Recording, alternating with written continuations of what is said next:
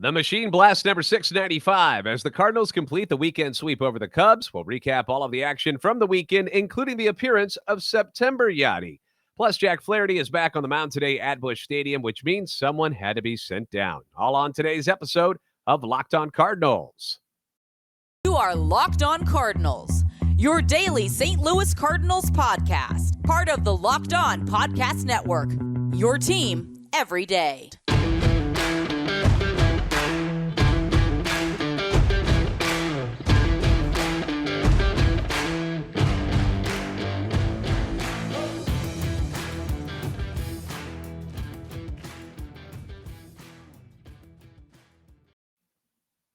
Hey there, Cardinals fans. I'm JD Haffron. I'm a national radio sports anchor, born and raised in the Lou, lifetime Cardinals fan, and I am your host for Locked On Cardinals, part of the Locked On Podcast Network, covering your team every day. You can follow me on Twitter at JD Sports Radio. Follow the podcast at LO_Cardinals.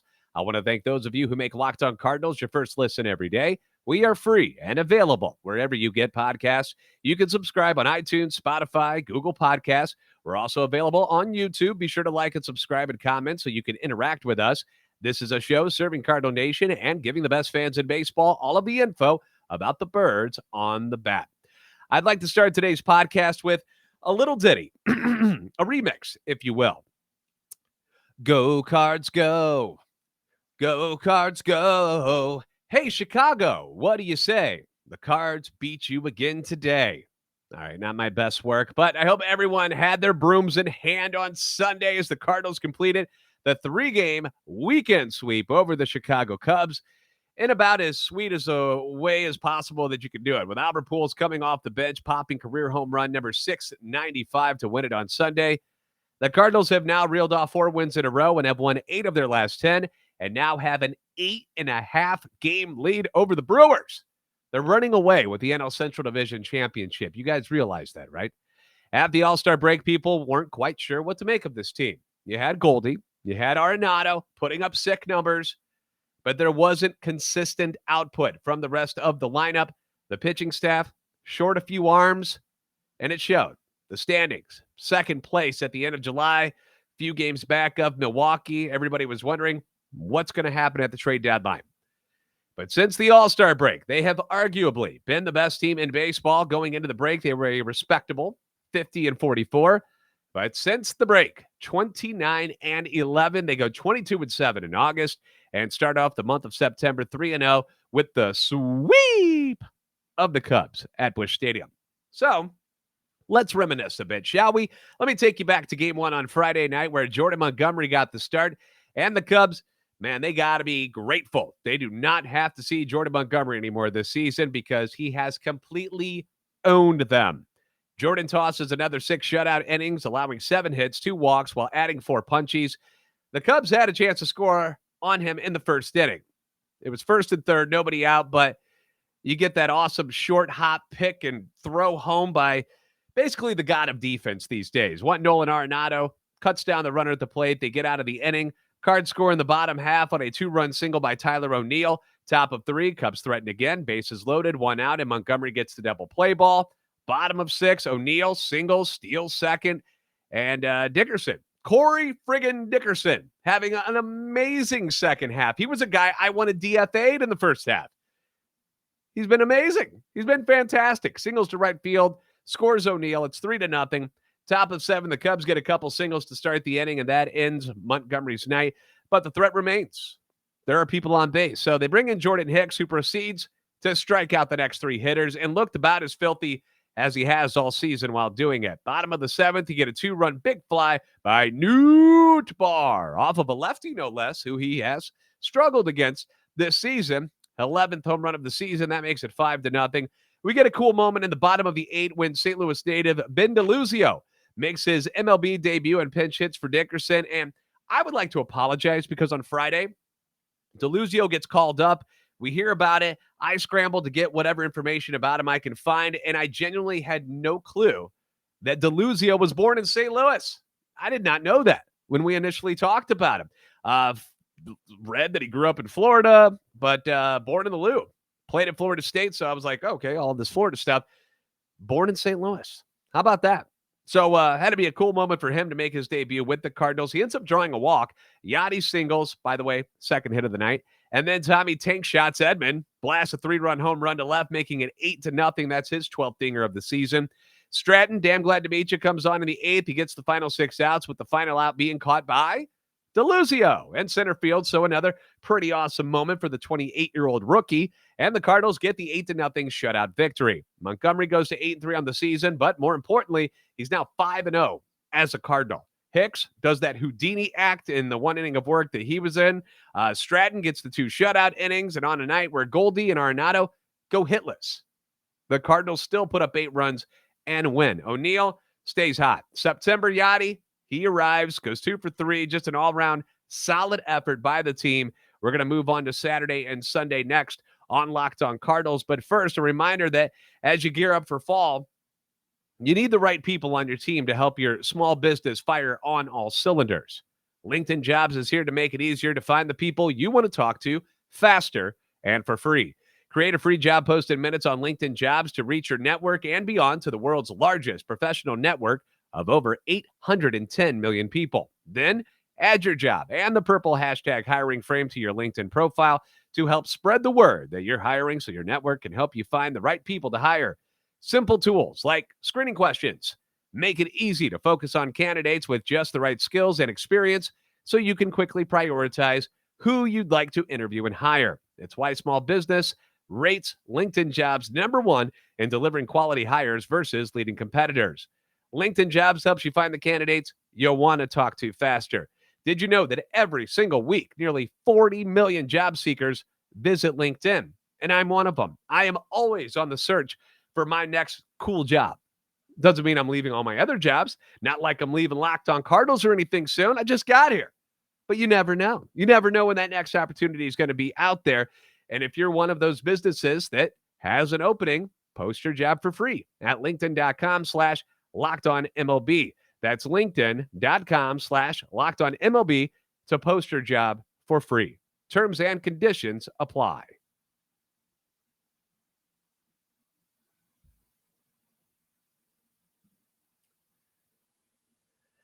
So let's focus now on what happened on Saturday. Let me get my little thing up there. There we go. That way you guys know. You know, you can always hit me up on Twitter at JD Sports Radio. I don't want to keep that hidden from you guys. You know, it's very, very important. So, all right. So let's go to Saturday. Pitchers. Adam Wainwright on the bump against Drew Smiley. So you thought, this might be a pretty decent pitching matchup. Could be.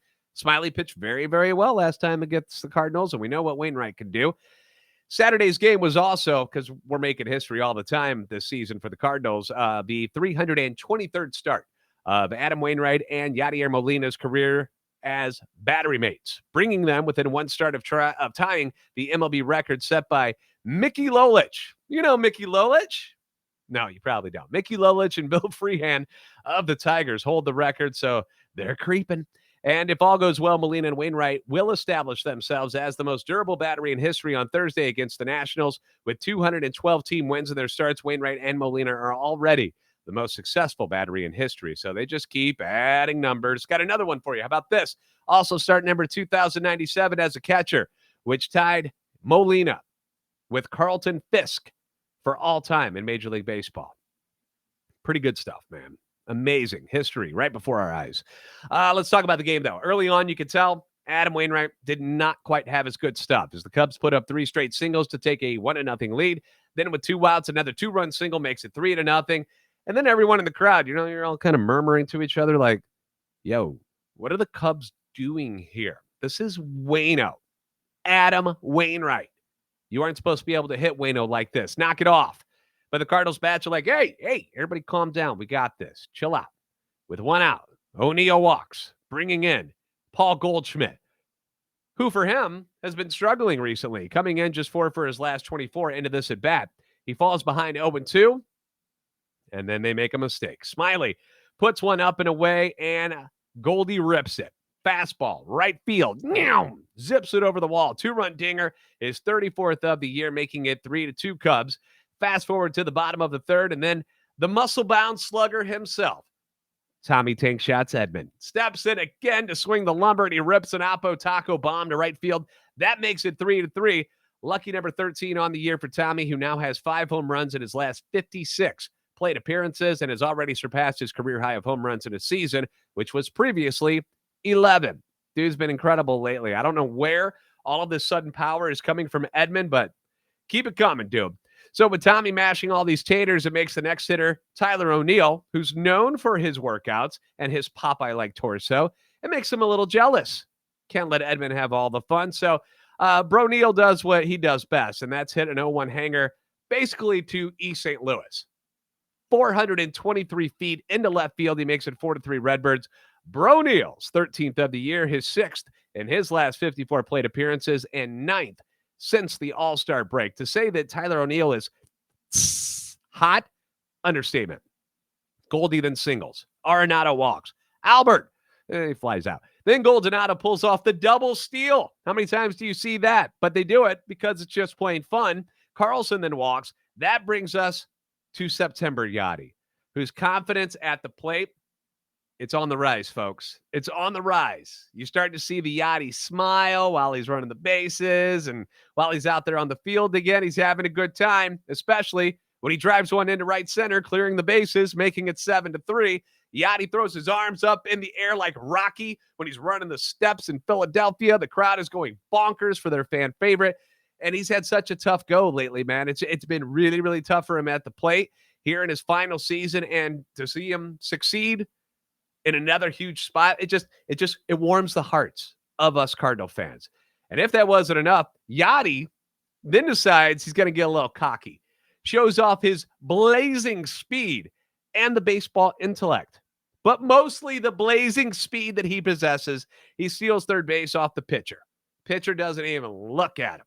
For those of you who have kids or are a kid and still plays baseball, watch the way the Cardinals run the bases. It's amazing how good they are. Not the fastest team in the league. Yeah, you've got Edman and O'Neill. Bader was super duper fast as well. Carlson runs well, but guys stealing bases like you're watching a double steal between Goldschmidt and Arenado, they're not going to win a lot of races against people in the major leagues. Yadi is certainly not going to outrun people ever in any way, shape, or form of life. Albert is trying to steal bases and stuff. We know he can't run anymore, but still, they do it because they're paying attention. They're watching when the pitcher is not, and they pick up on these little things, and that's why they're Hall of Famers. That's why they've been superstars for as long as they've been. They're smart, and they pay attention. So Yadi ends up stealing third base. That's 71 career stolen bases for Yadi, putting him, hold on. Let me do this math real quick. That puts him 817 behind Cardinals career leader Lou Brock. You still got time, Yadi. There's still some time left in the season, so keep it up. DeYoung then walks. Newt pinch hits for DeLuzio, who got the start, and Newt ends up getting a sac fly to left field. And again, the wheels of Yadi come into play. He tags up, scores 8-3. Good guys. The Cubs get another one off Waino in the 5th, so Ali decided to yank him after that inning. And according to John Denton at MLB.com, he wrote up the game recap. And after the game, they had asked Waino what he thought about getting pulled in the 5th inning. And this was his quote. I think Yadier told them, get this guy out of there because he stinks today. I knew what my stuff looked like, but it also could have been better if I made a pitch here or there. It wasn't great, and I understood getting pulled, but I wanted them to know I could have gone one more. I could have and should have gone 6, but we won the game. If you win the game with your pitcher looking like that on the mound, you've done something. And no need to overcook Waino in a game that you have in control. So Ali goes to the pen and they deliver. Palante, Woodford, Romero, Gallegos. They throw 4 shutout innings and allow a combined 1 hit and 1 walk, and the Cardinals win at 8-4. Wainwright gets his 10th win to give him 12 seasons with double-digit victories, second in franchise history, only to the great Bob Gibson, who had 14 in his illustrious career. After the game, the reporters asked Yadi about Wainwright getting pulled, and he said, don't talk to me today about Waino because he's mad at me. And then he kind of broke into a laugh. I was honest with the coaches about Wainwright, and he didn't like it, but we had to turn the page. He knows that I love him, but I'm always going to be honest with him and the team. When you don't have your best and you still go 5 innings, that's amazing, and it tells you how good he is. Yadi had the day off on Sunday, so in the end in his career against the Chicago Cubs, he ends up hitting .285 with 48 doubles, 18 home runs, 118 RBIs, and 13 stolen bases in 247 games against the Cubs. So congratulations on a heck of a career against Chicago, Yadi. We appreciate you. Now, we move on to Sunday's game, and the Cardinals have a chance to sweep the Cubs. In their final series against each other this season, Miles Mikolas got the ball against Marcus Stroman for the Cubbies. Mikolas trying to kind of bounce back after a couple of subpar efforts for what he's been doing this year. And he knows he's been struggling. It's okay. Chance to right the ship. Let's put it that way. And then you got Albert. All right. Albert, who hadn't gotten a home run in the series yet, although he did fly out to deep left field a couple of times and got everybody excited just for it to go pew, warning track power. I'm sure the guys in the dugout were giving him some grief over that. At least that's what they used to do to me when I would fly out to the warning track. They'd be like, "Oh, get to the gym. You're clearly not doing enough." But Albert, not in the starting lineup on Sunday. 42. He's a 42-year-old man. Some people think he's older than that. Can't play every day. Stroman's a right-hander. It made sense. Give him a Sunday off. It's okay. But I know everybody wants to see Albert in the lineup each and every day because we want to see history. So I get us being selfish, but right call by Ollie to let him have a day off. So let's go to the game. Both pitchers come out dealing in this one. Stroman throws 7 innings of shutout ball. Mikolas on the other side, matching him pitch for pitch, going 8 shutout innings. Bottom of the 8th. Let's go ahead and fast forward because nothing's happened so far. The score, 0-0 going into the bottom of the 8th. The Cubs decide to call on to the bullpen. And they go, let's bring the lefty in. Let's go ahead and bring that left-hander in. Brandon Hughes comes in to pitch for the Cubs. And the Cardinals, they got a guy on the bench. They got this guy. Pretty darn good against lefties. So perhaps Albert makes a cameo. Kisner leads off and grounds out, but then Edmonds smokes a double into left field, and out comes Pujols. Comes stomping out of the dugout. He's going to pinch in for the left-hander Nootbaar, but wait a second. There's no way they're going to throw to him, right? No way. There's a base open. Tommy's on second. Albert, notorious murderer of the left-handed pitchers. You got to walk him, right? Or at least pitch around him, see if he'll chase some stuff. First pitch, high heat, but over the plate, out of the zone, Albert fouls it off. All right? That was a test pitch. See if he would chase it. No way he goes back to the well again, right? You're not going to throw Albert a strike, right? And as Arnold Schwarzenegger would say, wrong. Hughes throws a 94-mile-per-hour fastball up and in, and Albert hits an absolute nuke over the Cardinals bullpen in left field. 105.7 miles per hour off the bat. 429 feet, home run number 695 in his career, his 16th of the season, 2-0 lead for the Cardinals, and what would be his final at bat against the Cubs.